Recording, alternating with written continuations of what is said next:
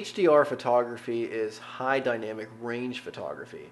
Basically, any camera that's out there has a certain range of latitude, meaning how it can photograph where its limit is, where something's completely blown out white, where there's no detail, and there's no detail in your blacks, in the dark. So to increase that latitude, you do something called high dynamic range photography and processing. Now, you can shoot two different ways. You can shoot with a RAW file, and you can tone map it. A RAW file is raw data from the camera that can be tone mapped. A RAW file is an image that's not processed at all. Your sharpness isn't set, your brightness isn't set, and you can do a lot of things with a RAW file. I mean, I love shooting RAW because I have so much control afterwards if I want to get a different look from the image that I couldn't get on the fly with the camera.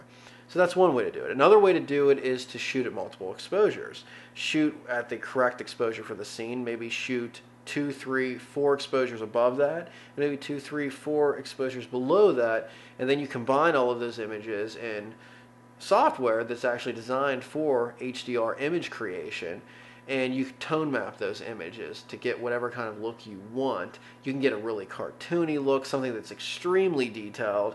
And those are two ways to do it. Shooting multiple images will give you a lot less noise, as opposed to working with a RAW file. You tend to get a little more noise in the image, but you can use a lot of programs that are out there like Noise Ninja, things like that. And Photoshop actually has some things too. You can help decrease noise in your images. But I find HDR in wedding photography primarily something I'd use for venues, to actually photograph the church.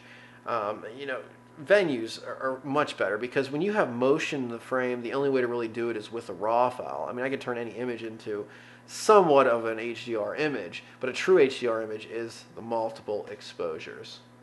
But it's something that's been around for over 100 years. It's nothing new. The software is starting to pick up a little bit of hype, and a lot of photographers are actually getting into it right now.